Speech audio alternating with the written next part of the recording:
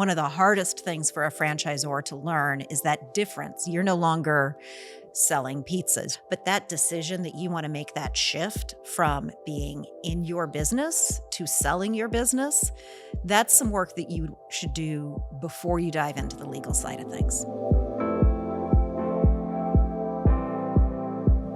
So the other day I was talking to someone who wanted to talk about some board position he had where the was this retail chain of food stuff and did about 20 units. And he said, yeah, we're having a board meeting about, whether we should franchise. And, since you're a franchise attorney, can you talk to me a little bit about that? What is this whole regulation thing? And what is this whole FDD thing and all of that? And how much does that cost? And I said, actually, all of that, you can learn all of that pretty easily. Like the way that's all done and how much it's going to cost, how much long is it going to take. But you've got to answer a bigger question for your organization. And that's kind of what I want to talk about with you. I told him, look, once you decide that you're a franchisor, you're no longer in the business of whatever it is that you're in. You're not selling coffee or pizza. You're selling franchises and you're a franchisor. As you've watched smaller chains of 6 to 10 whatever units go, like what would you reflect on as far as the change and the mind shift that you go through to get into franchising? So it's actually great that your clients got 20 units as opposed to the 3 or 5 units, because the difference between having a small franchise system and a small business system is the difference between being a teacher and getting your students out of the classroom and into the world, and being a parent. Because when you're a parent and when you're a small business owner, your stores are your babies. And one of the hardest things for a franchisor to learn is that difference. You're no longer selling pizzas. You are no longer intimately involved in how each unit operates. Your focus needs to be on locating great franchisees who are going to learn your concept, learn your system, and run with it. You need to learn that extra distance, and that mind shift between being a business owner to a franchisor is way more important than the technical details of the FDD, registration. Those sorts of things are things that your attorney can help you with. But that decision that you want to make that shift from being in your business to selling your business, that's some work that you should do before you dive into the legal side of things. Do you think they need new staff? Like if I'm thinking about franchising, like I need to hire new people to be able to visualize this. Like right now I've got supply chain people and I've got, someone who handles vendor contracts like POS. But now you're going to be having meetings with franchisees about how to do those things. Do you just need new people? You don't need a whole new people. You don't need to go out and staff up your business as though you're Jack in the Box. But you do need to look at your people differently. You probably have, if you've got 20 units, you probably have an ops guy, a general manager.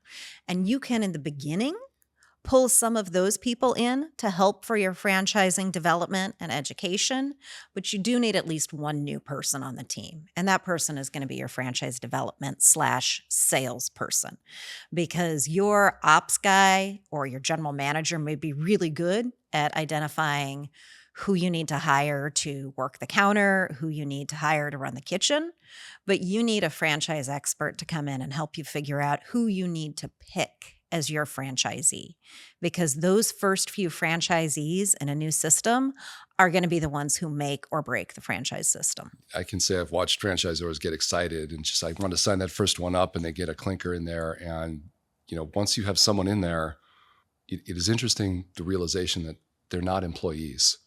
Oh. It's not like the store manager that you can just like, this isn't working, you're fired. You can't fire them. You've sort of bought the problem. And if you decided just off the cuff, hey, this franchisee isn't working, like just how long does it take to get rid of a franchisee if you just decide we're going to move on? Like, if you're terminating an employee, maybe you do a PIP, maybe you don't, but it's one day. Take the box and go. But a franchisee, what? If you tried to get rid of a franchisee in one day, you would be writing checks for extensive legal fees for years afterwards. It's a process, and you have to have careful documentation, and it could take a year, year and a half to get a franchisee out of the system, and it's not going to be cheap. At the very least, you're going to have legal fees with it, and unless it's a pretty clear-cut case of a franchisee who is posing a real system threat, you're probably going to have to buy your freedom to get rid of that franchisee. I'm always blown away by franchisors who, most franchise agreements are 10 years. I think depending on what set of statistics you look at, that is more and longer than the first marriage for some people. And they will enter into a 10-year franchise agreement after having known the franchisee for 2 or 3 weeks. They haven't done a credit check. They haven't done their due diligence on who they're offering this franchise to. They're really going into it with my job is to sell franchises. But a smart franchisor is going to go into it thinking, my job is to award franchises. Interesting. Slightly different track. I had this realization early on. I was representing franchisees, and I was struck by how much more budget conscious someone with the same number of franchise units, where they've franchised their franchisor and they've got 20 units versus a franchisee with 20 units. There's just less cash. And I woke up and realized, oh, that's because on the 20 stores that are being operated directly, they've got a margin of anywhere from 20 to, even if it's 10% that they're taking out, versus a franchisor, they're limited to just what the royalty is. So it's 3, 4, 6, 8. I mean, you have to change your mindset around being far more budget conscious, while at the same time you are picking up all the new skills and all the new awareness that you just talked about. I had a franchise attorney suggest to me that it's just easier in managing those relationships to do flat fees for work that you're doing for franchisors. Is that something that you've done historically? Absolutely.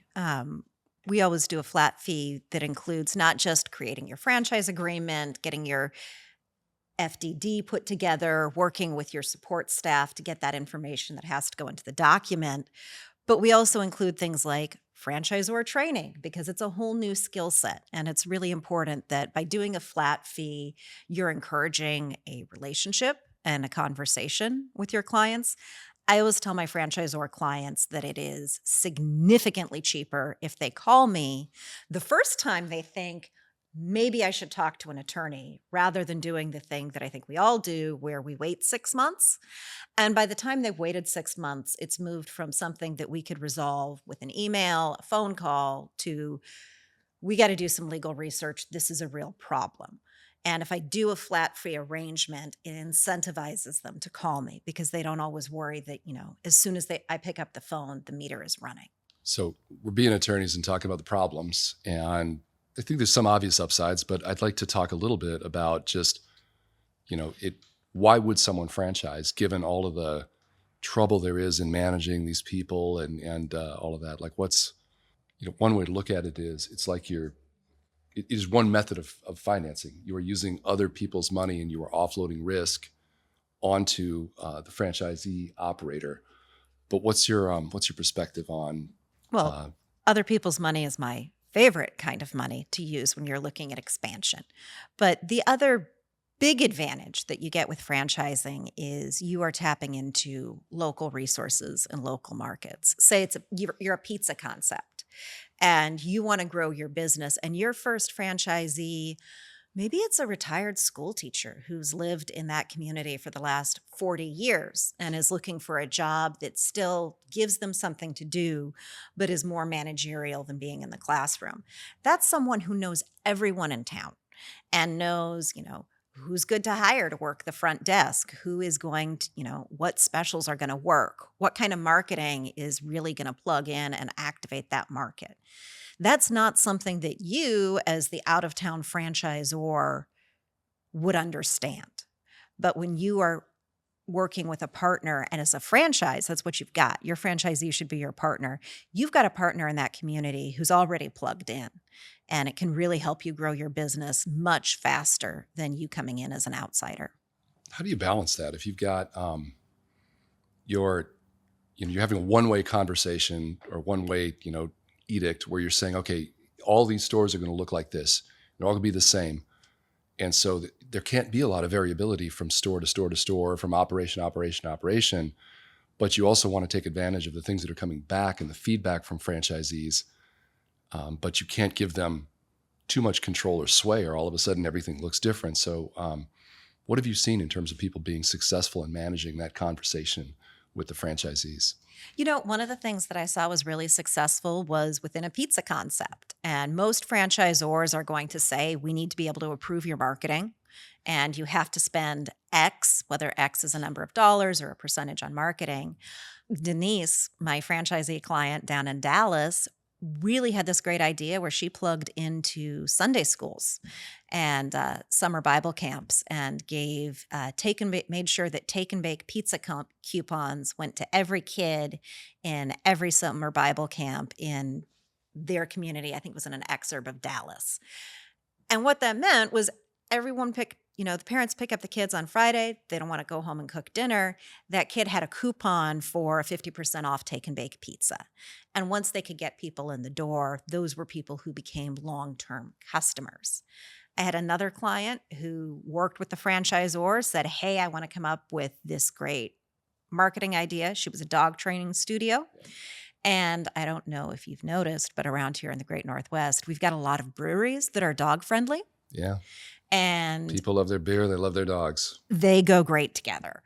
And she came up with a specific class devoted to teaching your dog good brewery manners. So, they sit by your feet, they're not running around, they're not being a menace. She worked with the franchisor to develop it, market it. Franchisor said, go for it.